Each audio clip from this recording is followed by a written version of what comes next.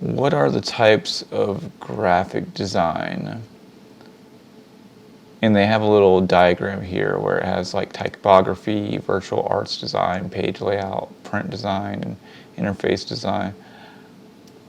Types of graphic design, that's, how do you answer that? There are different things that you can create with graphic design, but graphic design doesn't have a specific medium. I guess those are subsets of graphic design, like if you're doing print design or web design. But it's just like, it's almost like a canvas.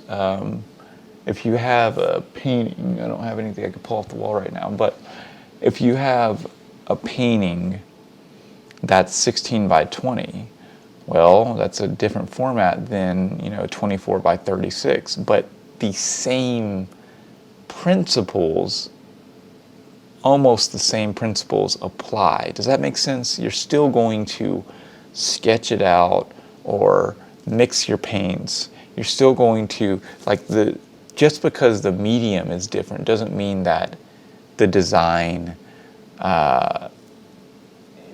fundamentals change. There may be specifics that you change because of that medium. Maybe the picture is, a smaller canvas. So, oh, that scared the hell out of me. Stop. Maybe the canvas is, smaller, so you're using smaller brushes, but it doesn't change that much of how you approach it or how you fundamentally design it. I'll play devil's advocate though, because it's like, okay, well, Will, you say that, but I need to design a brochure and I need to design a web page. Those are very, very different animals. Yes,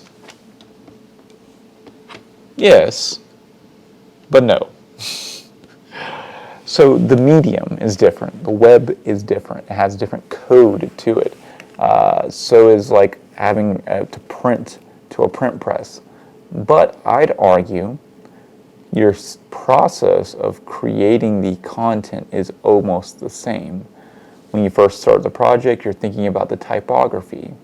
You're thinking about, okay, well, do I want to use sans serifs or serifs here? Do we want to make this feel modern? Or we don't want to make this feel eclectic? Do we want to make this feel like what's the mood? So you're going to get the same type of fonts regardless of the medium. So fonts are part of the design. Then you're going to think about the colors, right? What colors really match this brand? Is it something really, off the hinge and vibrant like this red and blue, and that's kind of what we want to do? Or is it something very subdued like, white and gray, like monochromatic? You're thinking about those colors, the color palette, which in print is the same thing and same in design. It may be different hexes, use hexes versus like RGB or CMYK, just different kind of ways a color is created, but it's still the same thing. Then you're going to think about, let's just say this is a web page and a brochure. Then you're going to think about the content. You need to have content on here. Well, text is text. You write out the text.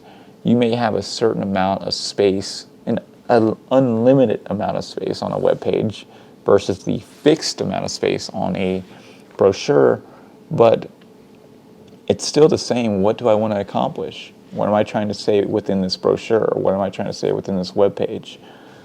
Once you figure that out, then you need to think about the images or the videos that match that. Now, videos obviously can't be translated into a brochure. I mean, you could take, QR code, or you could put like a thing and say, hey, click to the video, but whatever. But it's all fundamentally the same. Like you're like, okay, I really want this to feel wizard-like or something like that. And so, therefore, you're picking out, pictures that are a little more whimsical and stuff like that. You would do the same thing on a web page, and you do the same thing on a brochure.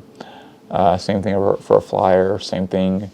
It's just a matter of how much space do you have to say it in, and then the nuances of each medium. So that kind of segue from good design. I guess it's good design practices.